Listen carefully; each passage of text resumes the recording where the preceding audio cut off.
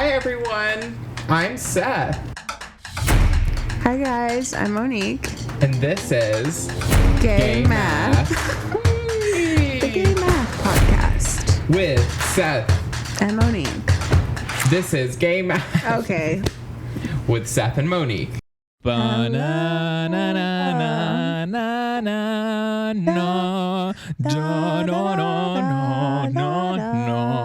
Should we drink a bit of unicorn's blood? Wait, what did we say we were going to call this? Pumpkin juice? Pumpkin juice. Should we get a bit of pumpkin juice?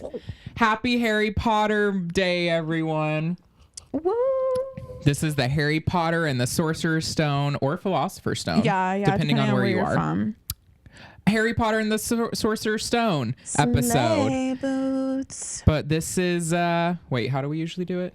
What? We say our names. Don't you start it? Yeah. We have a thing now. Yeah. Hi, everyone. I'm Monique. And I'm Seth. And this is the Gay Math Podcast. Welcome back to episode...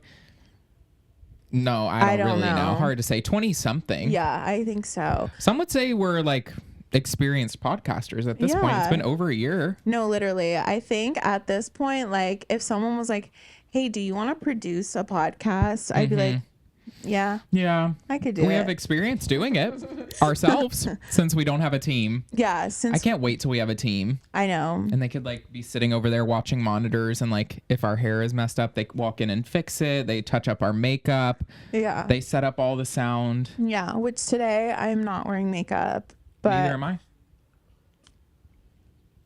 Girl, you never wear makeup for our filming. Right. I have wanted to start maybe for special occasions doing a little blush. Ooh, maybe like a little rosy cheek for Coachella. I would love that. So if you got any blush recommendations, let me know. Oh, girl. I was about to say. I'm talking to the right person over here. I like literally am the queen of like makeup, blush, everything. Yeah, any like, makeup questions, go to this one. Yeah, I feel like the girls at my job, like sometimes like I'll come in and like my full face beat and they're like, wait, your makeup's actually good. I was like, yeah, like I used to work in makeup for like years. Literally. I worked in makeup for 5 years. I've also done other people's makeup as well. So I do know a little something. It's just a little something. It's not me just doing it. I know how to actually do makeup. And you would do it like for fun, right? Yeah. Like I remember during like the pandemic or something, you would just like do your makeup to like practice and just for fun. Yeah, I like trying new techniques, new stuff, seeing like what works for me, what doesn't. So should we tell them what happened at Coachella 2 years ago? That was 2 years ago. Yes. So one Coachella where we had this beautiful house. It was gorgeous. It was just far away from like Palm Springs, but we still like had so much fun staying there. Yep. But we had this house. I always would wake up early to get ready. I had literally been in the middle of doing my face, and at the time my eyebrows were bleached, so I bought this white pigment to make them like brighter and like whiter. And for Coachella, you guys need to understand, we spend hours getting ready. Yeah. Like and it's not that it necessarily takes us that long. It's just you don't want to rush. Yes. You don't want to be in a rush. So like we'll literally get up, make breakfast, and then start getting ready. But we won't leave till like 3. No, 100%. And the thing is too, like, especially when you're doing makeup for an event like Coachella, like your makeup has to be done in layers that like you let dry and sit and stuff like that, because like in order for it to stay all day, like you have to use the blazing 110 degree heat. Yeah, you have to use certain products and then allow things to like sit a certain amount of time and allow things to dry down. So I'd been almost done with my makeup. I'm doing the final touches of my makeup. Doing my brows, about to be done. I'm trying to squeeze out this white pigment, which it was by Danessa Myricks. It's an incredible white pigment, and I would recommend it to anyone. Right. But I'm squeezing it out, and it won't come out, so I try and squeeze it again. It exploded all over my face, and I couldn't just like wipe it off because it's an incredibly pigmented white that I literally had to just let it dry and then wash my whole face and then redo it. I just remember hearing the noise of like a splatter, and I look up and you're just like, and it's all over your face. It's on the couch. It like exploded, and you had spent hours doing your makeup, and I was like, we were just like, oh. And oh my God. Yeah, I think it was like the one day where I had like the most intricate makeup planned.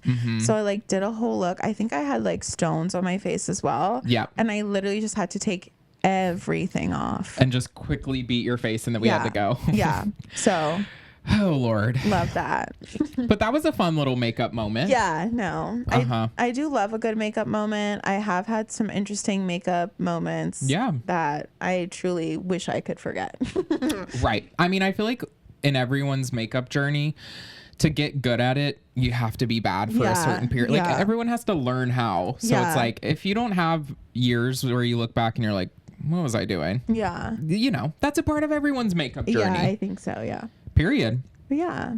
But we're both barefaced today for our Harry Potter episode. Yes. Which we're very excited. Should we tell them that this is not the first time we've filmed this very exact same episode? We did film it previously, but when we went to go listen back to it, well, specifically when Seth went to go listen back to it, the mic, we just have no idea what happened. The mic just like was not giving. No, and it was my mic specifically. Yeah. So I started it and listened to it and my mic was janky and it was like that the entire hour episode. Yeah. So we're back to film it again. Yeah. But I feel like we're more prepared and like I feel like the other times this has happened where we've re-recorded the time we recorded again is so much better. We have a much 100%. Better flow, understanding what we want to talk about. So you're getting the part 2. Yeah. The best version of the Harry Potter episode. We got all the kinks worked out. Yeah. We know what we're talking about here, folks. But this is the Harry Potter episode, like we said. And we have both read the books and watched the movie recently together. We took notes on it. And so we're just going to talk about it today. Have a little fun. Get your pumpkin juice if you want. Right. These mugs are... Is this a mug or a glass? Glass? They're so cute. They are very cute. They are giving like Hufflepuff. Yeah, they're giving or Ravenclaw. Ravenclaw's yellow? No, Hufflepuff is yellow. Hufflepuff is yellow. Ravenclaw's like blue. Okay. Like navy-ish, I feel like. Okay, so this is giving Hufflepuff, which is cute. Hufflepuff's cute. Or is it a little Gryffindor-y? Yeah, it could be Gryffindor with like the yellow, but we would need something burgundy. But the red-ish color wine, it's cousins with red. Yeah. But what house are you? Have you taken like the quiz? Yeah, first of all, if you don't know what Seth is talking about, there's a thing called Pottermore, which was created by the creator of Harry Potter, which I will not speak her name. I refuse. Yeah. Which, do we need to like get into that? I just feel like that woman is a piece of garbage. And for her to like have created something so whimsical, beautiful, and magical, which has so many, I feel like it has so many like queer fans and like people who are just like identify with Harry, like being on the outside or like whatever, or like finding out who you are, like for it to have so many fans who are part of like the LGBTQIA plus community, and for her to demonize like us and like literally be so disgusting is like enough to like make me never want to support her. Yeah. But at the same time, it's hard, which is understandable, because I feel like this is a story that brings people so much joy and is also a part of so many people's childhoods. Yeah. So when we're talking about Harry Potter, it has nothing to do with that woman. Yeah, we're completely removing it. So we don't want to just like gloss over the fact that the creator's a horrible garbage person, but you know, there's a lot of people who talk about this and could articulate it better than us. But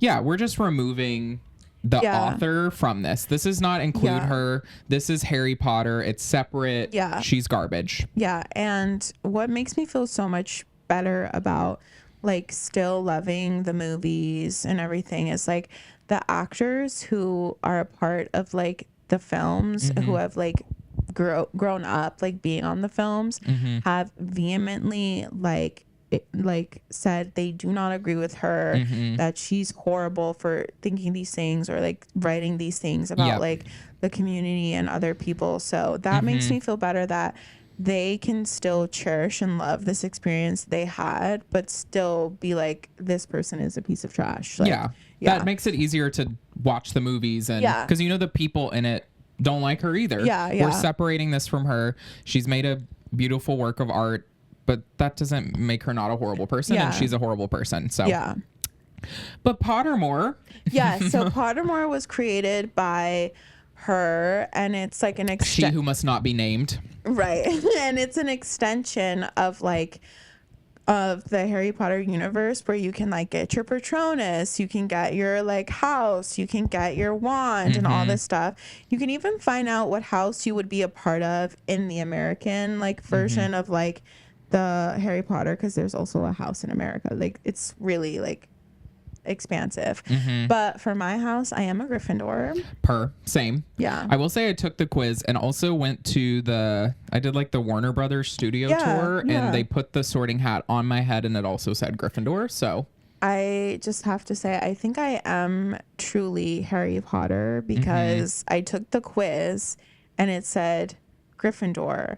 Then when we went to the thing, the Sorting Hat said Slytherin. And like, it makes me feel like I am Harry Potter. Right. I truly am. Harry and I were the same, because... Which that's what I like about the Pottermore. My second is Slytherin, and it's a close second too. But I like that. It doesn't just say you're in this house. It like breaks down, because everyone has a piece of all of them. You know, it's like a percentage of each. So yeah, I did like that. Mine was like pretty close, Gryffindor and Slytherin, because I feel like they share a lot of like similar qualities. They're driven, they're stubborn, they have like, you know, one's just like a little more evil than the other, and the other one's trying to do good. And but I think they overlap a lot of the qualities for those. Yeah, so I'm a proud Gryffindor, always will be. Gryffindor's in this house. Yeah. And I can't remember my Patronus. I think my Patronus was like, I want to say maybe it was a fox or something. Rare. I can't remember, but I don't remember mine at all, so that's great. Oh my god. Not a clue. Like, could be anything. I feel like we should take the quizzes again. That would be so we should. Cute. Yeah. We should. I want to know what my T is. I feel like maybe it's changed, because I took it when I was younger. Yeah. No, I think we should redo all of our quizzes and see what we get. That would be fun. Yes, I'm down. Okay, yeah. But yeah. But to talk about Harry Potter, I feel like we have to start at the very beginning, like of when we first fell in love with Harry Potter. And I personally remember at first I was scared of Harry Potter. I remember watching the first one when I was really young, and whenever like Voldemort, like his head is like on the back of like Quirrell's head. Yeah. It like, I remember being so scared, like I could not watch it. Yeah.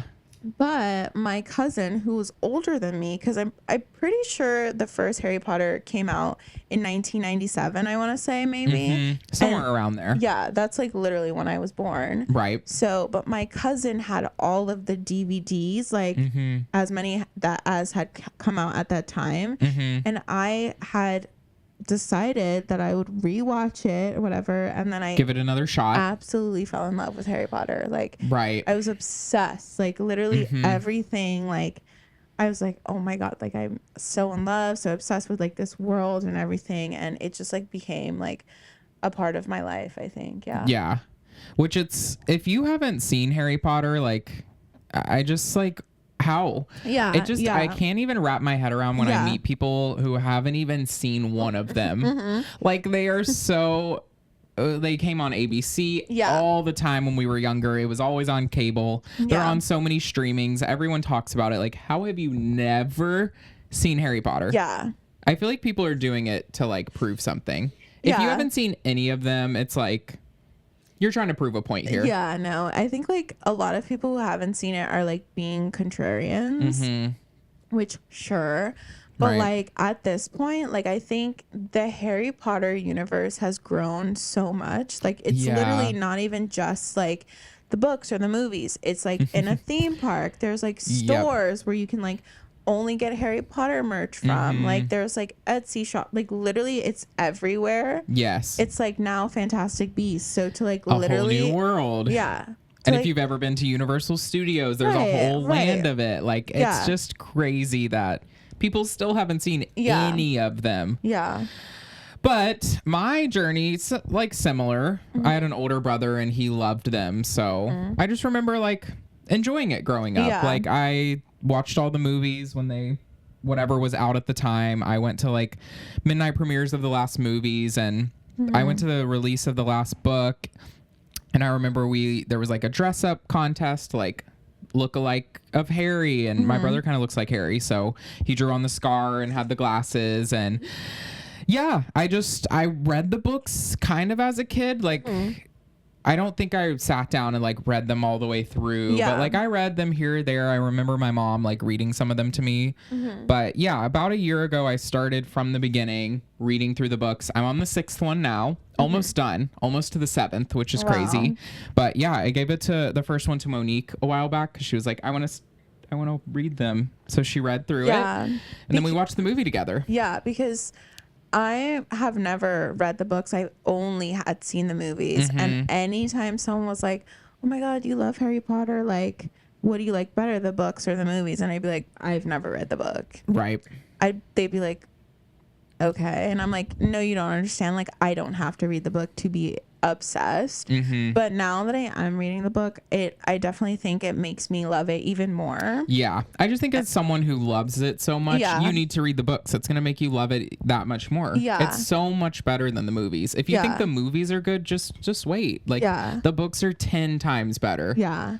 No, I'm actually so excited. And a little fun fact, which I tell people about me sometimes, is like when I think the first half of the last movie came out, my cousin and I, we had been, which my family, I think, already knows this story in case they see this. If not, sorry. My family had been on vacation. And at the time I lived in upstate New York. So we lived in this like big, like compound house, whatever. And we were watching their house, and then my aunt, I think, was away or something, who was like my cousin's mom. So it was just me and him, like on this huge property by ourselves. And they were like, okay, watch the house, feed the chickens, whatever. Sure. Right. You know, everyday people stuff. Feed the chickens, feed the ducks, you know, do the thing. Right. So for sure. They had given us a key to their house so we could get in and like, you know, go take care of the dogs or whatever. And I remember we like went into the house and we were like, let's find the keys to the car. So we like found the keys to the car, and then my cousin was like, oh my God, the newest Harry Potter is coming out. Do you want to go see it? And at the time, my cousin and I were like close in age, but at the time he like only had his permit.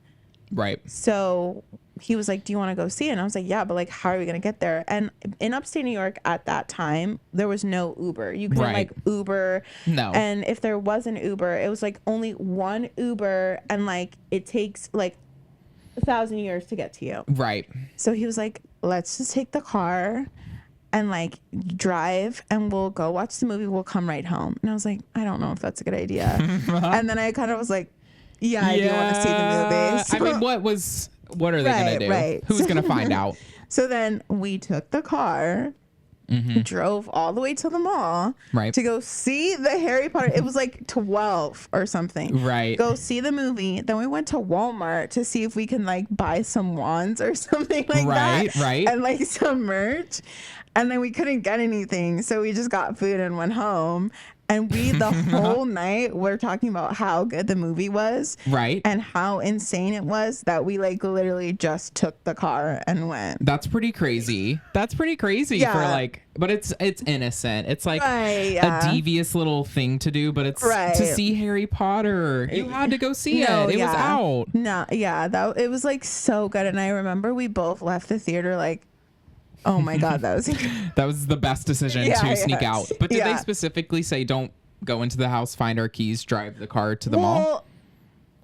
We for sure weren't supposed to take the car. You definitely weren't supposed to, but did they specifically say that? Well, there you go. You didn't break any rules then. Yeah. And I think also the thing about living in a small town is like if the cops like find you, they're going to be like, go home. Yeah. Yeah. You're not going to get like arrested. No, they'll be like, where are your parents? Go home. You shouldn't be driving, like whatever. Yeah. He could have been like, oh shoot, I thought this was a license. Yeah. And they would have been like, just go home. Yeah. Like, they're not going to throw two 14-year-olds in jail. No. Also, there was nobody around, so nobody would have been able to come get us. Right. They would have been stuck in jail. No, they literally would have been like, I guess just go. And we'd be like, all right. Right. Who would have posted bail? Right. You were like 13. Right. Right. That's pretty iconic though. Yeah, no, that's one of my favorite stories I have. Aw. Well, Yeah. I just showed Monique pictures when I was in Universal. We had a season pass growing up and we would just go. And so one summer we just like booked a random week there at Universal, and it happened to be the grand opening of the Diagon Alley section of Harry Potter, and which was good and bad because it was cool to see that opening, but it was so crowded. Yeah. But yeah, we were on Jimmy Fallon and I saw some of the cast. We rode Gringotts Bank, the ride, if you've been there, like the day after it opened. Yeah. Waited 4 hours for it because it kept, new rides, they like break down. Yeah. So I just specifically remember, when you walk through the where all the goblins are and the big chandeliers, like at the end of that, there's like a staircase that goes down. And I just remember sitting in that one spot for like an hour and a half because it broke down for so long, but we were like, we're going to ride this new ride. And we didn't think it would be an hour and a half. And so, 4 hours in line for that ride, which it's an amazing ride. It's really cool. It's really good. But it was cool. Which I do have to say one thing about Universal. This is like separate from Harry Potter. Universal Studios, quit being fucking fat phobic. Make the rides for everyone. Right. Which, okay, also, I think it is because, like, the rides are, like, different than Disney. They're, like, more, like, intense. Yes, go upside down or, flipping, turning. They don't really do that at Disney. But I'm like, I think we have to, like, make a way to, like, think about how more people can get on these rides because I feel like when we went like on the Hagrid's ride, my thighs were just too thick that I couldn't sit in the little fucking thing. Right. So I had to be horrified on the fucking. That's weird. That's like bizarre to me that. Yeah, it's like you would think it would be the other way. Right. Like you wouldn't be able to sit on the motorcycle, but sit in the seat. Yeah, so I just have to say, Universal, we have to work out the kinks because there's so many videos I've seen on TikTok of people going to Universal and they like literally can't fit on the rides, and some of them are like either like plus size or they're like literally normal size people. Yeah, and it's just like maybe like their waist is a little bit bigger or their thighs are a little bit bigger and they can't get on the ride. I'm not for that. No, yeah, I've seen people have to get off many times. That makes me so sad. Yeah. And it's not like they're just like normal people. It's not like anything crazy, but no, I think like if there's one thing I would say about Universal is like we have to figure out a way to like make the rides accessible for everyone. Yeah. Because I think obviously Disney does a great job with that, but anyways. Well, their rides are very different. No, they're very different. They don't have a Hagrid's ride, but if you're gonna have the Hagrid's ride, you need to have people who can ride it. Which also, let me just say this. Okay. If you love Harry Potter and you're like, oh, I want to go experience Harry Potter World. First of all, I'm going to tell you that the one in California is not that good. Garbage. It's like cute and fun. It's like fine. Yeah, the one in Orlando, which I hate Florida. Yeah, we don't like Florida around here. It's so good. Like I have to tell you, first of all, I cried going into both. Right. But I really lost my mind when we got on the fucking train. Like that's actually insane that you can ride you go into King's Cross, you go through platform 9 3/4, you see the train coming up, you get on it, you ride it, like then you end up and you're in Hogsmeade. Girl, like it's amazing. It's incredible. Yeah, they did a really good job with it. Diagon Alley's amazing. Like, there's parts like the Jurassic Park part of it is like it's cool, it's kind of immersive, but it's like that you are transported fully into you're in England. No, they ate that up. And I just do have to say, if you're going there and you're like, oh my god, I love like cute roller coasters, be prepared. Bitch, it's 100% not a cute roller coaster. It will send you into another universe. I would say Hagrid's is probably the coolest ride I've ever been on in my life. I think forward, backwards, the drop, like that is the coolest ride of all time. It is so amazing. So what got me really was like the hyper speed. Yes. It goes like normal and then all of a sudden it goes. Yeah, there's launches. You launch forward, you launch backwards. Like it's so cool. No. It's really cool. No. And Gringotts Bank is really cool too. It's really incredible. Like it's I'm not even going to spoil it. You know the part with like where it tilts? Yeah. One time I rode it and it tilted and then we just sat there and I had ridden it before. So I was like, what's happening? And we just sat there staring straight down. No. And we sat there for like 10 minutes just sitting there waiting for it. And we were like, and then it like tilted back. And then they tilted us again, and then we went. When that happened, I literally thought I was gonna fall out of the seat. Isn't that crazy? I remember like my body like coming out, and I could feel. I was like, "Yeah, am I gonna fall out and die here?" Yeah, like, that's why I was like, I'm not telling them anything about this ride. They have to go in. Like, that's what I'm saying. Like Universal, they're not just making little like a normal regular run of the mill roller coasters like. They're doing unique stuff. The tilting, the forward, backward, the dropping, like all of that is crazy. Yeah. It kind of reminds me, that ride specifically kind of reminds me of Indiana Jones. Thank you. I love Indiana Jones. It reminds me of Indiana Jones, but like. Yeah. Like. I agree. It's a similar kind of car journey, but it's not. I do love Indiana Jones though. Yeah, no, it really was good. Anyways, that's our little Universal. But if you want to go, that's the one to do. Like Orlando, you put your whole pussy into that. Pop off Queens. Yeah, no, and the butterbeer is the frozen butterbeer. The frozen one is better than the regular one. Yeah, who's getting the regular? And you know you can get it hot. Are you crazy? No, I wouldn't do that. Get the frozen one. Get the frozen one. Like a normal person. And then go to the little sweet shop and get a pumpkin pasty. Yes. And then you could go to Fred and George's, or not Fred and George's. Well, you can, but what's the ice cream place? I know what you're talking about. They go to it in the fucking movies and the books. But you can get the ice cream and the beans. Yeah. It's really cool. But we hate Florida. Yeah. I definitely want to go back because if you don't know, they're planning on extending the Harry Potter world to like Fantastic Beasts, and they're also planning on opening the Emerald City. Are we gonna have to go back to Florida? Girl, I do fear. Yeah. Well, Universal Orlando is opening an entire new theme park. So like you said, it's gonna have Fantastic Beasts. It's gonna have like the OG monsters like Frankenstein and the werewolf, and it's gonna be really cool. I've seen videos. There's like, they're also building a new roller coaster at the one here, but like the one here is just it's like fine. It's cool to go on like the studio tour thing. Yeah. And they do have the castle, like the Hogwarts thing. Yeah, no, the Harry Potter is good, but it's at Universal in Orlando is just 10 times There's better. No comparing anything to that. No, girl. But also, it's kind of hard because I love Disneyland versus Disney World, but I like Orlando for that better. Yeah. And when people are like Disney or Universal, those are to me hard to compare. Yeah, they're like, completely I feel like different. You go for different things. Yeah, they're Universal different. Is more like thrilling rides, more exciting things. Disney's more like the full immersion. Yeah. So I feel like it's different. Also, when I'm at Disney World, I feel like I'm in Florida. Yes. But when I'm at Disneyland, I feel like I'm in Disney. Yes.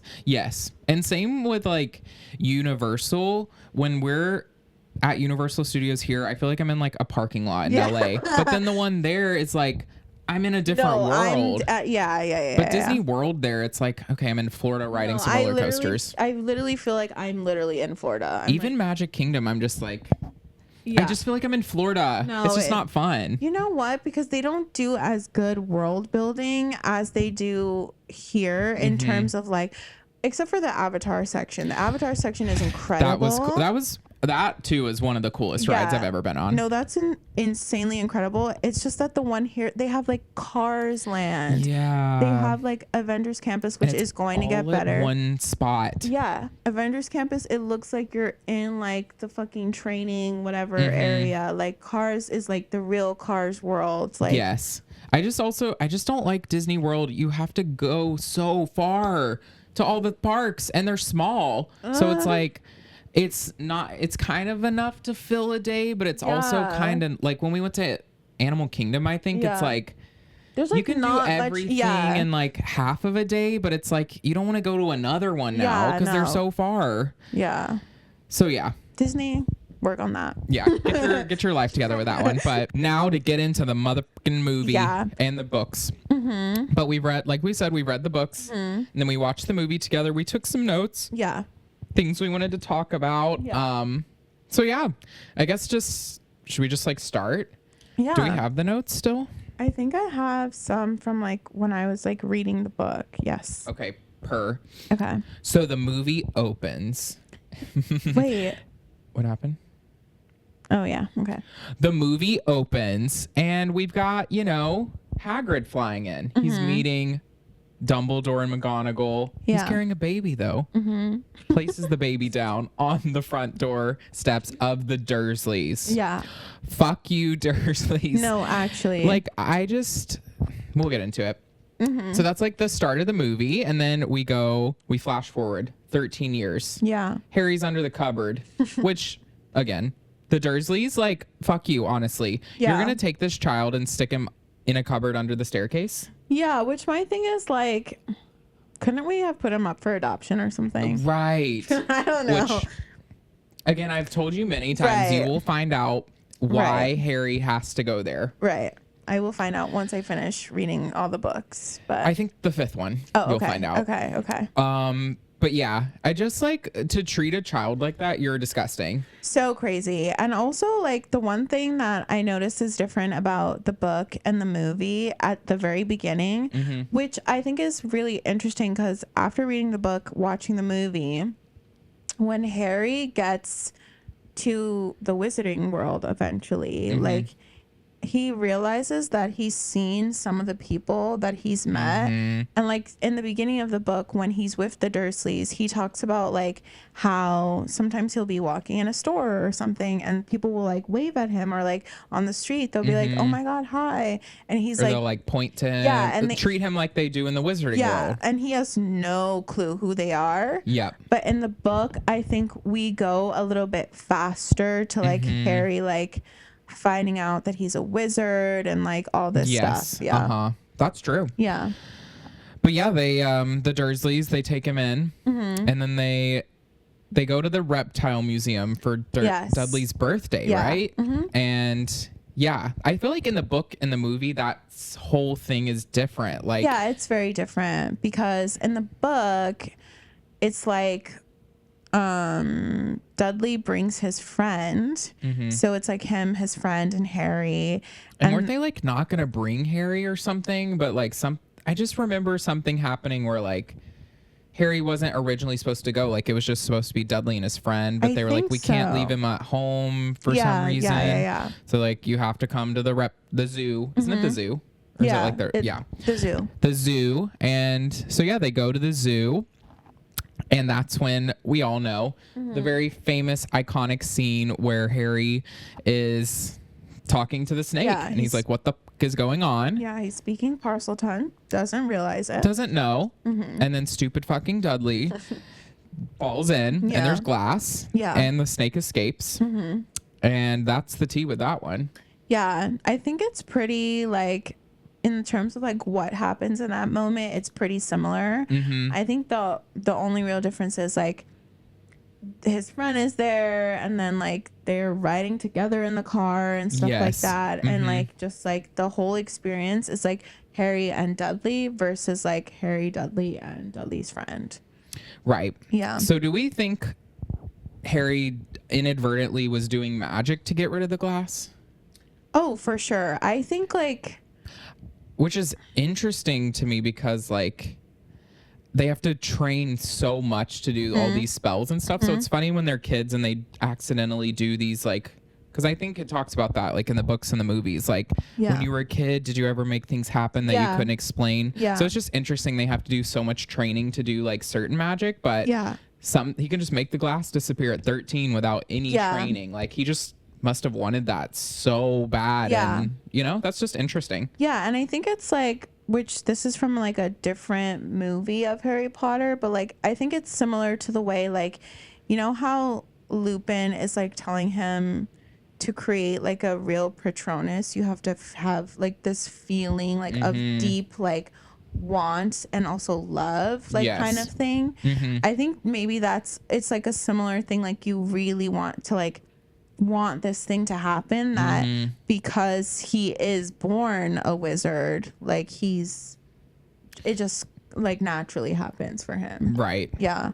That's so interesting. Yeah, which makes Should we try? I mean, have you ever tried? I've never actually tried to like do anything. What if we have it and we don't even know it? I think there is a world where we're for sure magical for 100%. Yeah. I mean, the thing is too, the whole point of Harry Potter is like the muggles, don't know. Yeah. They don't know that. And that's the point. Like they do magic so that they don't know. Yeah. So what if that's our reality? Do you know what I think about sometimes, which this is kind of like separate from Harry Potter, but in like Marvel, they talk about like how there's different like universes and like it's called a multiverse. So there's different like. Is that why there's 42 Spider-Mans? Yes, that's why there's 42,000 Spider-Man. Okay, because I watched that one and there were like 3 of the Spider-Mans and I was like, why are there 3? So but that makes sense. Yes, there's like different. The Tom Holland one is like the current universe. Tobey Maguire is like a different universe, and then Andrew Garfield is a different universe. But they're all Spider-Man, but just in a different universe. Okay. So sometimes I think about like that, like in the worlds, like there could very well be like different versions of us in a different universe. Right.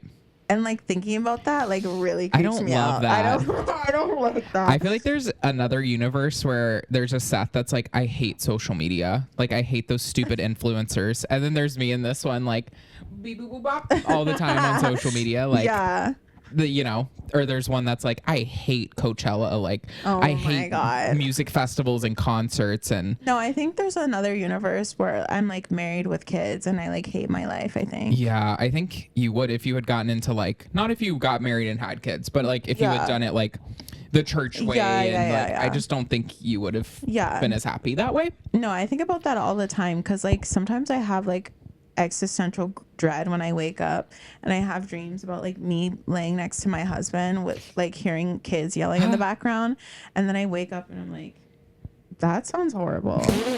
You're like, thank God I'm in this one. That does sound awful. Like, can you imagine never getting a second break because you have kids?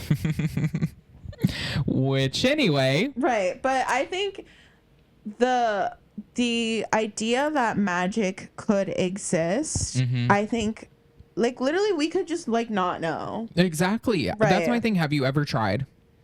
No, girl, I fear. But have you ever like looked at something and been like, I want to move this, and like tried? No. I feel like I want to try that now. I feel like people do that though. Yeah. They do some like witchy shit. They're like magical, which I mean honestly, yeah, dude.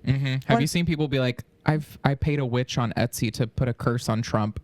I feel like that should be our first mission. Here's my thing though, especially with like magic, back in the day, like in like not prehistoric, what the fuck, like and colonial, bitches were like literally doing magic. They were getting burned at the stake for being witches. Which I mean, there's an argument that obviously they're just women and like women can do things that men can't, so that's why they were being.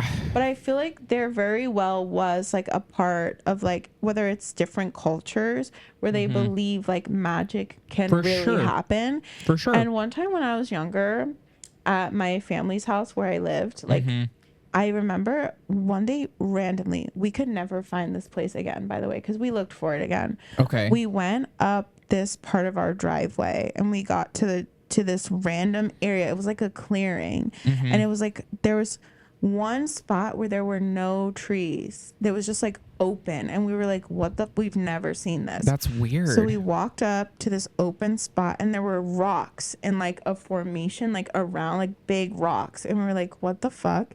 And then we walked up and there was this like little fire pit on the ground with rocks around it, and then bones like set up in like different like ways, like square, like triangle, like whatever the fuck, and there were like things next to it, and we were like, what? Hell, we were like and then there was an arch as well, and it was like made out of a tree. It was like an arch. What? And we literally were like, how have we never seen this like before on your property? That's on our crazy. property. And then I told my cousin about it, and she was like, because we talked about it like later on in life, and she was like, oh my God, wait, I do have a memory of that. I remember that. Oh my God. We should go find it again. And we went to go find it 2 other times, could never find it again. That's so weird. It was literally the craziest feeling, because we were standing there and we were like, and it was just me and her. We were the only 2. That's crazy. Yeah. You definitely stumbled upon some That's shit. what I'm some saying. magic Like, witchy shit. I feel like there's quite literally, like, there could quite literally be this part of the world we just like have no clue about. Fully. Yeah. I don't know. So we'll give it a shot later, and we'll keep you posted if we're magic. Yeah. Actually, we're not going to tell you all if we're magic. Yeah, no. Because we'll be off to Hogwarts. Yeah, and I don't want anyone. I would fully enroll at Hogwarts as a 26-year-old man. I'd be like, "Where year 1 here? Yeah, girl. Where are the year 1s? Girl, are you kidding me? If Where are they the other 12-year-olds? sent me a letter today and they're oh my, girl, it's I'm done. going. Like, It's a wrap. bye, America. I'm going to Hogwarts. Like, love you all. I hate the weather, but I'll bear it for 7 years. Girl, are you kidding me? I'm becoming a wizard. I'm like literally like. I would literally give up everything. It's a wrap. Could you imagine? Wizards and witches. It's over. Girl, could you imagine? It's over. Like, they're like me and you at Hogwarts. I would love to like go to Hogwarts and then we have a crush and we like hook up in the common room and like, oh yeah. No, girl, you know what? I would actually, because remember how I was telling you like during like not during the pandemic, but when I had no job, I like walked past the Scientology building and I was like, I could join a cult and like not have to worry about anything again. Girl, if they send me a letter to Hogwarts, I'm like, bitch, bye, deuces. Free room. Do they have to pay for that? I don't know. There's not like tuition, is there? So you get a letter, hey, you have to come to Hogwarts, and then you have to give that. Like, I don't know. They don't ever mention tuition. No, they don't mention money. The only thing they mention having to buy is like the stuff you need for the school like year. Textbooks, the robes, and all the quills and all that stuff. You know what? Maybe it is free because in England, isn't like college like free to go to like college? Very inexpensive. Yeah, it's like $100 for the semester. Yeah, and like healthcare is free, so like maybe it's like that. What's that like, England? What's that like? Oh, geez. Yeah, like if they were like, hey, like you could like go there, but you would have to leave everything behind. I'm like, peace out, America. You can't tell your parents. I'd be like, sorry, Mom and Dad, I gotta go. Bye. I'm going to England. I'm gonna become like a fucking wizard. I'll see you in like years. Like, girl, I'm also getting a house out there. And when I'm off semester, I'm going to hang out in my little house in the UK. And then when it's time for me to go back to school, I'll go back. Right. With all the 12-year-olds. Period. Yeah, but maybe we'll try some magic one of these days. We'll keep you guys posted. But I feel like in the back to the books and movies, like I feel like that kind of was a turning point. And from that point forward, Dudley's like scared of Harry. Yeah. Which I don't think is translated in the movies. Like he keeps pestering him and bullying him. But he doesn't do that anymore. He's like horrified of Harry. I think he becomes horrified of Harry, especially like once Hagrid finally comes to get Harry. Because basically in the movie and the book, it's the same thing. In terms of like Harry's getting these letters, like his uncle Vernon is trying to stop him from getting the letters and he's doing everything he can. And then the only difference is that in the book, they go through all these steps to getting to this island. Like, yes, because they just like, he's like, we're leaving town, and they just like end up at the house. But in the book, it's like this whole journey. He's like, and they're not like, we're gonna go to this scary house. And he's like, we're going as far away from here as we can. And they just start driving. Yeah, they randomly start driving. They find this random little town. They find the person who owns this house. They like purchase it or something. They have to take a boat to get to this house because it's in the middle of like the pond, whatever lake, whatever the fuck it is. And then they stay there, and then that's when Hagrid like finds Harry again, same thing as the movie. Except Hagrid is not confused that Dudley is Harry. He knows he's that like, Harry? What does he say? You've grown or something? Yeah, like he's like, oh, you're bigger than I expected you to be. And he's talking about how like heavy he is. Which Hagrid knows what Harry looks like, I fear. Like, I don't think that would, I think that was like a movie thing. Yeah. And then the only difference is that after Hagrid finds Harry, that's when Dudley becomes really scared because Hagrid gives him a tail. And then also, like, he now understands that this magic thing is, like, actually real. Yeah, it's not just, like, some weird coincidences. It's like Harry is a wizard. Yeah, and then why Dudley is so scared of Harry is because instead of Harry going directly with Hagrid that day, Harry has to stay with the Dursleys until school starts. Yep. So he's at home. And also in the book too, at one point his uncle Vernon like gives him a different room because he wants to stop the letters from coming. Yes. And he wants to see if they're like watching him or if it's just like they just know where he's staying. Because it says like Harry under the cupboard. And then the other privet what was it, 4 privet drive? Yeah. Something like that. And then the other one, when he moves up to the bedroom, is like the smallest bedroom in 4 privet drive or something. But, because it's magic. Yeah, yeah. So basically, that's why Dudley is so scared of him. And he even, when they drop him off at King's Cross, which in the movie, I don't think they would ever be willing to drop him off to go to Hogwarts. No. They would not do that. They literally drove as far as they possibly could and took a boat so that he wouldn't get a letter. Right. You think they're going to drop him off at the train station? No, but they drop him off at King's Cross because they're saying, oh, we have to go to London anyway to take Dudley to the doctor to get the tail off of him. So that's why Harry gets to King's Cross and he gets to like the train and everything. And they're also laughing at him in the book because he keeps saying 9 3/4 and they're like, that they know that that doesn't exist. So they're it's like 9 or 10, bitch. Yeah, they're making fun of him. And then Dudley refuses to sit in the back with him because he's so scared of Harry.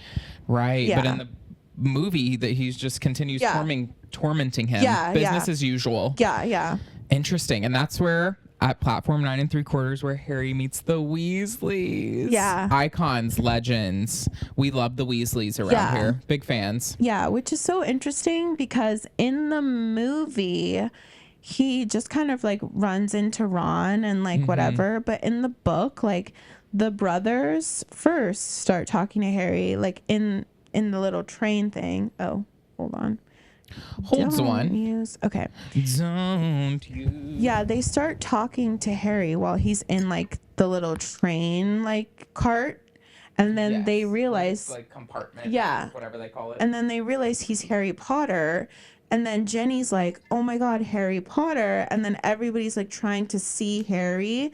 Yeah. And then Ron ends up finding out that he's Harry from his brothers.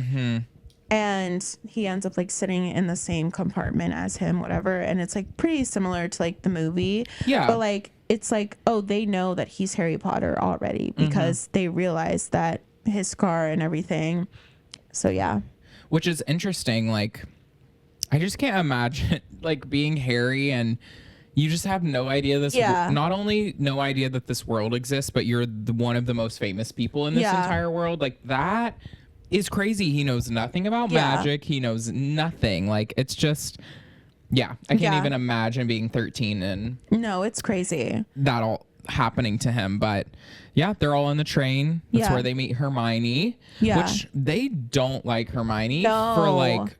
I feel like it's like two books before they're like the whole first book. They do not like Hermione at all. The whole first book, they're like fighting with her the entire time until right before they're trying to find out who Nicholas Flamel is. Yes. Before then, because then during Christmas time, they do become friends because Hermione like gives Harry a present and she gets presents from Ron and everything and they're friends.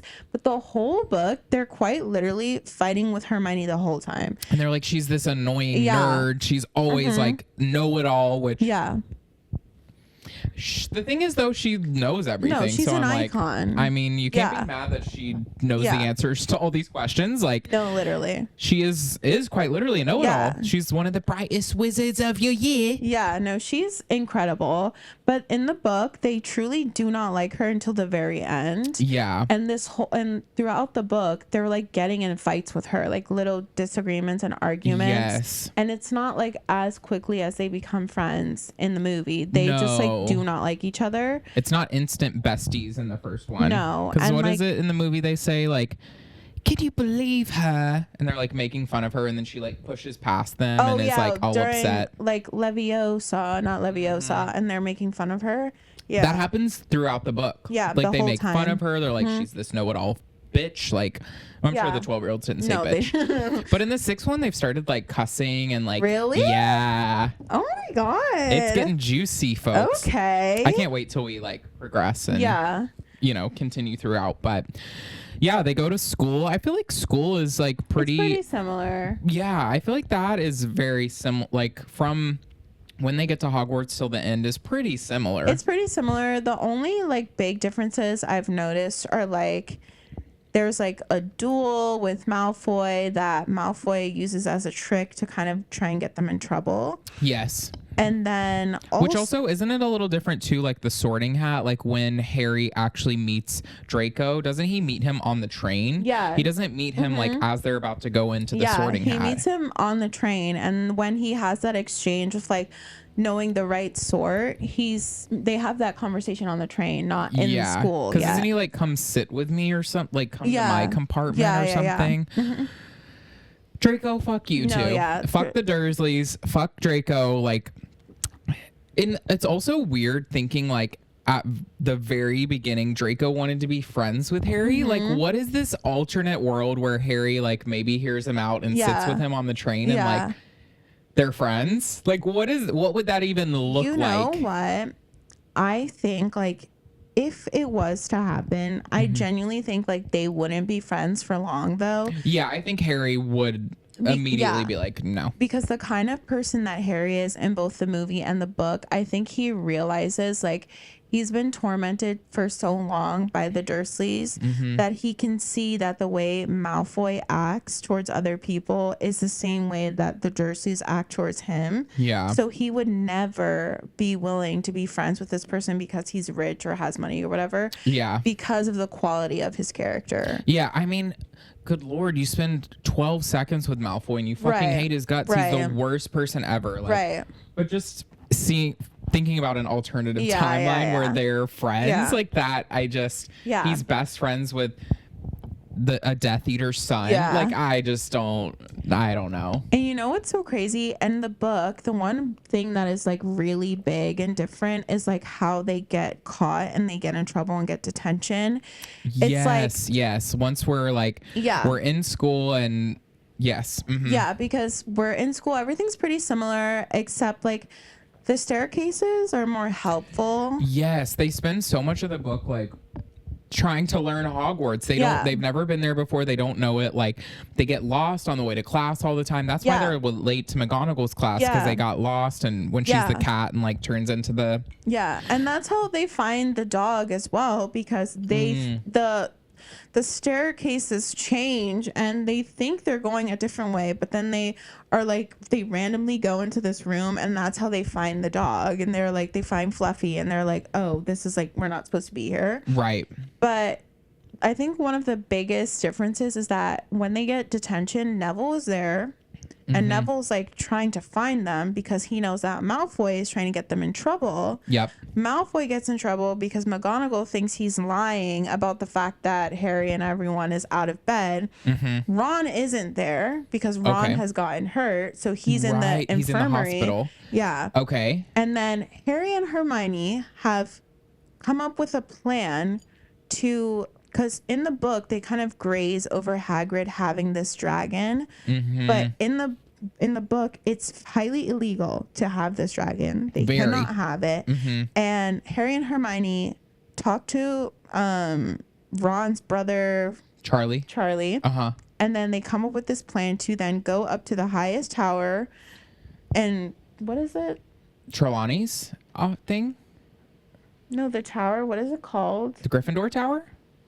No, what is the one with the stars and stuff? Oh, the observatory? Yeah, I think that's what it is. Okay. They go up there with the invisibility cloak and they're handing this dragon off to Charlie's friends. They get caught by Filch because they forget the cloak. They leave the cloak on the stairs. They leave the cloak on the stairs. They get caught, and then that's how they all get detention. Okay. Yeah. Which you guys... I should preface, like I said, I haven't read this book in a year. So like a lot of this too, it's like jogging my memory. But yes, I totally remember that. And in the movie, it's not like that at all. And it's also like, I know movies make decisions to like shorten things. But like there's certain things that they do and I'm like, why would you change that? If you didn't make it any shorter, like if you had just stuck to the original plot, it would have taken just as much time to like explain this. So some of the choices they make, I'm like, that didn't save any time. Like why did you make that decision? And also I think it's interesting in the book that when they go to the dark forest to do their detention, at first Harry is with Hagrid because they understand how dangerous it is for Harry to be in this woods by himself. So at first Harry's with Hagrid, and I think Neville I think is with Malfoy, and Hermione, Harry, and Hagrid are together. And then Malfoy scares Neville. And then that's when they switch, and it's just Harry and Malfoy and Fang. It's not like Harry and Malfoy, you go over there. Ron and is it Ron and Hermione? No, Ron's not even there, right? No, Ron's not even there. Hermione, in the movie, Ron is there, but in the book, Ron is not even there. There's, not to like jump ahead, but in other book movie situations that happens a lot where it's like in the movie they're all three there, but then in the book it's not like that. It's only two of them. Ron's not there, Hermione's not there, but in the movie they just like they put them all there. Which is interesting. Maybe they were like trying to submit the fact that this is a trio. They're a little squad, like they're trying to like but yeah, it's just interesting, some choices like that where it's like they're not all three really supposed to be there.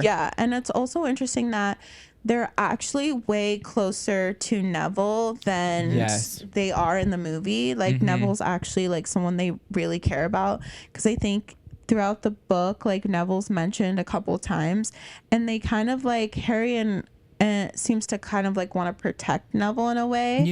But I thought that was interesting as well. And also to the Forbidden Forest, like I feel like in the movie they're a little like blasé about the forest. But like it's called the Forbidden Forest. You are absolutely, as a student, not supposed to go in there. You will get axe murdered and chopped up into pieces by the creatures in there. Like just the way that they just kind of like go in and out in the movies. I'm like, no, that's not, it's the Forbidden Forest. If you walk in it, you will die. That's like why it's forbidden. So like when they go in, they have to be with Hagrid, or like anytime they're in there, it's not, they should absolutely not be in there. They're going to get murdered. So that was interesting. And then pretty much like the rest of the book, I feel like is like pretty much the same. Especially like, because they stumble upon Fluffy, as we mentioned, and like once they finally figure out who Nicholas Flamel is, and they're like, we're gonna go into the chamber, that pretty much to the end is the same. Like all of the little like traps, but all the things they have to get through are the same. And when he stumbles upon Quirrell at the end, like that all is very similar. So which I guess like the thing about like making a movie versus like having a book is like you do have to make sacrifices, but I think the book has so much more context. And like you understand more like why, like the whole dragon thing. I think we just like never find out what happens to the dragon. But we do know that Charlie works with dragons because Ron mentions it, and then Hagrid has a dragon. So like it could have been like, oh, let's follow this plot line through. Not that it's important to the story, but it's like, you know, it makes things make a little bit more sense. I know I've mentioned this to you a few times, but like for me, it's a great example of that. Like they just kind of brush past in the movies. I feel like that they really get into in the books is like, I don't think from the start I knew that like why Harry was so special. Like, like he survived a killing curse. Like that should not happen. Like in the movies, I feel like just watching those, that wasn't super clear to me. Maybe I wasn't paying that much attention or something, but like in the books, it really hit home to me. I was like, oh, like Harry is special because he survived a killing curse as a baby. That does not happen. People don't survive killing curses ever. So like there's just like you're saying, there's moments where it's like just provides a little bit more context as to why this is happening, why this is so important, that I love. Yeah, and in the book, which I think is like important as well in the beginning, I'm pretty sure like Hagrid and Harry have a moment where they talk about his scar, and he's like telling him like, you only get something like that when you survive a curse that's like really like, you know, like impactful. So the reason why Harry has a scar isn't just because like you know, he got the scar because of Voldemort, like whatever. It's because he survived this curse. That's why he's marked like that. Yep. Because surviving a killing curse is like totally like literally impossible. And what I would have never happens. Yeah. Ever. And what I would have loved for them to talk about in the book as well is like which maybe they do in like something separate, because I know there's so many little parts of like stories of Harry Potter that are like separate from like the big books, but I would have loved for them to talk about, which maybe they get into in the other ones, that the whole reason why like Harry was chosen by Voldemort is like not only because like his parents, James and Lily, have decided to go against Voldemort, but there is quite literally a prophecy that one boy born on this day will eventually come to like face Voldemort, and that is why Voldemort is like trying to actively kill, not only because James and Lily are like fighting against him, but because he's like, oh, this kid will grow up to kill me one day. Yeah. And I think also that's why they talk about like it could have been Neville as well, because Neville, something like that. It's like something with like Neville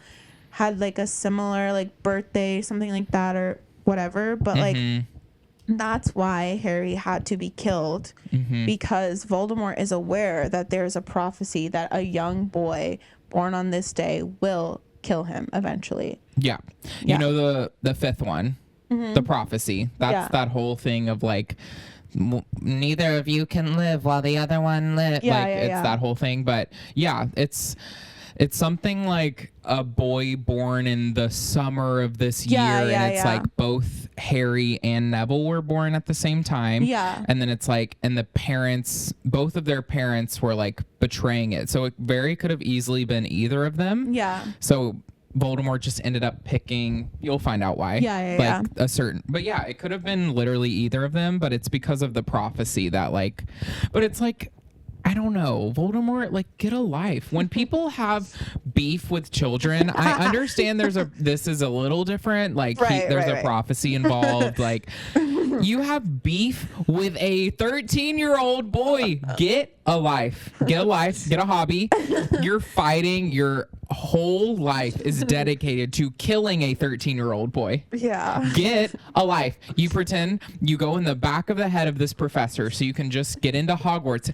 Get a life, Voldemort. Get a life. Yeah. Why are we trying to kill a 13-year-old? Yeah. And I think I feel the same way about like Snape. I haven't gotten to like the point in the books where like Snape is talked about more, but like throughout the movie, it's clear like Snape has this kind of like vendetta against Harry, but it's only because like Harry looks like James. James tormented Snape, and Snape also loved Lily. Yep. So it's like, but this is just a kid. Like, he also didn't know his parents. He didn't bully, like, Harry didn't bully you, and like didn't even know James. He didn't know James. He didn't know James at all. So it's not like he supported like James' decision or said like, oh, like I love my dad. Like, he had no clue who he was, so he has no context to know the relationship between Snape and James and Lily. Like, there's definitely people out there who like defend Snape, and they're like, I love Snape. He's like got these, you know, he's on the good side the whole time, but it's like he bullies a 13-year-old child for something that his dad did. Right. But he never met his dad because he was murdered the day he was born. Like, I don't know, Snape, get a life. Focus on potions. Focus on getting the Defense Against the Dark Arts job that you've wanted your whole life. Focus on that. Focus on your friends. Why are we bullying a child? Right. A child. Right. If my bully in middle school had a child, do you think I'd bully the child? Do you think I'd make it my life's mission to torment the child? I don't know the child doesn't know me. Why? Like, Snape, get alive. Snape, get alive. Yeah, and I can't wait to get to the parts of the books where they talk more about Dumbledore, because, which, if you've had to have seen the movies at this point, but I think, like, until I remember the end, I literally was like, I was in love with Dumbledore the whole time, all the movies. Yeah. But then at the end, when you like literally find out his whole like mindset to like Harry, and then also like why Harry was kept alive, like all this stuff, you're really like, is he really actually the hero in this story, or is he just kind of doing this because it must be done? Right. Yeah. Yeah, I really do like Dumbledore, like his relationship with Harry, but like he is the most powerful wizard in the entire, only person Voldemort is scared of. He knows everything. He knows exactly how Harry's life is going to play out. He knows exactly what's going to happen, and like he does hide certain things. So yeah, at the end it's like, once you know that he knows all these things, it's like, is he the good guy for like keeping these things from Harry, or treating him a certain way even though he knew these certain things about it? But like, yeah, it's just interesting. I just like love, especially in the early ones, like when Harry and Dumbledore have a moment, like it's just so, that's like the only parts that make me emotional. Yeah. My little Grinch heart. Like, there's not many things that make it emotional, but yeah, whenever Harry and Dumbledore are talking, I'm just like, Dumbledore believes him. Like, he tells Harry and the children, they'll go to like teachers, they'll tell people, and they're like, no, like you're overreacting, or like, no, that's not true. But anytime they go to Dumbledore and they say something, Dumbledore's like, okay, believe you. We got to act now. Let's do this. We'll do this. Like, he never questions them. He never is like, are you sure maybe there's another? He's like, I believe you. Yeah. Let's jump into action. And like, I feel like that's so special for him to just trust Harry and believe these, like, I know they're children, but they never lie to a teacher. Well, they do, but you know, when they go to them with a concern, it's legitimate. They have proof, and other teachers don't believe him, but Dumbledore is like, just immediately believes, and that's so special. And but yeah, towards the end, we'll get there. Yeah, we'll get there. You guys will hear our thoughts on that. But yeah, I think that's pretty much the first movie and book. Yeah, they're not too different. No, the first book / movie is like the closest. Yeah. Oh, which I don't even think we said this, but like Monique has, as we've said, never read the books. She's only read the first one. Yes. So as she like reads through them, we'll do an episode per each book, per each movie. Yeah. But yeah, you don't really know what happens. Yeah, I'm so excited about. Yeah, they're really good. The fifth one is my favorite so far, but the sixth one's pretty good. I like it being a little more adult, because the first one is quite literally a children's book. It's very much like young. They're young. It's whimsical, fun. It's the same thing as the movie. It's very like colorful, bright, young, silly, fun, happy, upbeat. Yeah. Their problem is like, a troll. What's this Nicholas Flamel person? It's not like the world is ending and we're going into a world war type situation, which is where I'm at the sixth. Yeah. But yeah, I'm so excited for this journey for you and to get through the books. It's like it's a different experience than the movies. Yay. Yay. So that's us walking through the first one. Yeah. I did find some, which I'm so excited to hear about, some these fan theories about the first movie. Let's see here. I'm so excited for these. But the finnet is gag. When the child is tea, but the finnet is gag, sis, I'm dead as a child. Girl. Anyway. Ethel Kane so much. Ethel Kane, icon. Okay. So this is from Reddit, some fan theories about the first one. The Philosopher's Stone wasn't actually in the mirror.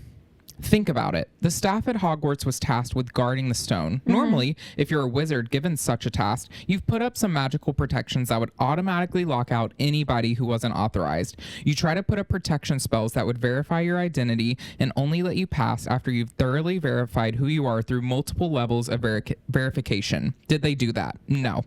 Instead, they set up a system of challenges and puzzles that made no attempt to verify anybody's identity. If your security system allows school school children to bypass it just because they have the cleverness and determination to figure out the challenges, then you don't really have a security system. So why didn't they try to put in a real security system? Because they knew that if they did, Voldemort would, with his mastery of the dark arts, figure out a way to just power through it. So they tricked him instead. They made a bunch of challenges and puzzles to waste Voldemort's time. He would have eventually figured out how to extract the stone from the mirror, and when he did, he would have found out that it was fake. Dumbledore kept the real stone hidden in his robes the entire time, where he could easily keep an eye on it. Well, yeah, because in the later... Yes, I think that is true, because in the later book, or not books, in the movie, because I have not read the later books, as we know. Right. But in the later movie, we see the Philosopher's Stone once Harry kisses the golden snitch again, and it comes out and it's like tiny. Yes. So I think, yeah, quite literally, I think Dumbledore would for sure be smart enough to be like, let's pretend that, because I think he does lots of things like that throughout the movies. Yes. And he's like, let's pretend we have this thing and put it somewhere, so Voldemort has to come to us so we can like make people aware that he's still alive trying to do these things, and we can like search him out, have him come and like try and get it. Yes. But like I think that's very possible. Yeah, I mean, the whole movie, they're like, no one can find the stone. Yeah. There's so many things. Like, we each did a little,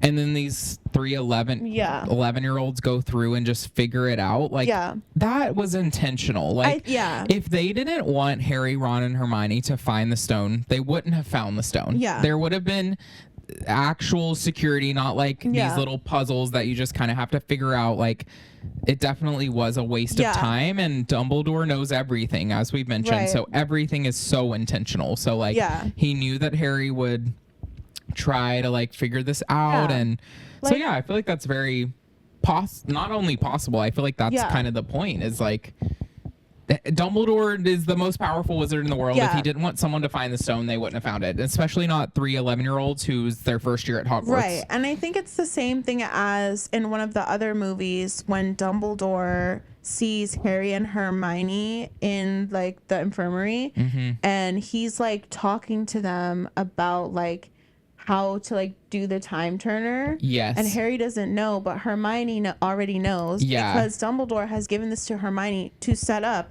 for them to go back and like do the whole thing over again. Yes. So I think it's quite literally very possible that he was like, oh, we're gonna do this to like, you know. Yeah, for sure. Yeah. But this one's like, this is like a teeny tiny little detail, but I found it a little interesting. So this person is like, "Hi, Lily from England. I've had this theory for a while and only just thought to put it here. So Harry Potter and the Sorcerer's Stone, when Harry and Ron are on the train on the way to Hogwarts, Ron is trying magic. It's a spell he got from his brothers, which he's trying to turn the rat yellow. So Ron tries it on Scabbers. Sunshines daisies buttermellow. Turn the stupid fat rat yellow. And the spell doesn't work. But what if the spell does work if it's a real rat? But because Scabbers isn't an actual rat, he's a trained animagus, so he's a human. The spell doesn't work because he is actually human." Yeah. Which I'm like, that's interesting, because it's like, Ron tries the spell, it doesn't work, but it's not a rat. So saying this, turn this stupid fat rat yellow, it's not a rat. No, I think that's 100%. That is fully true. Especially because when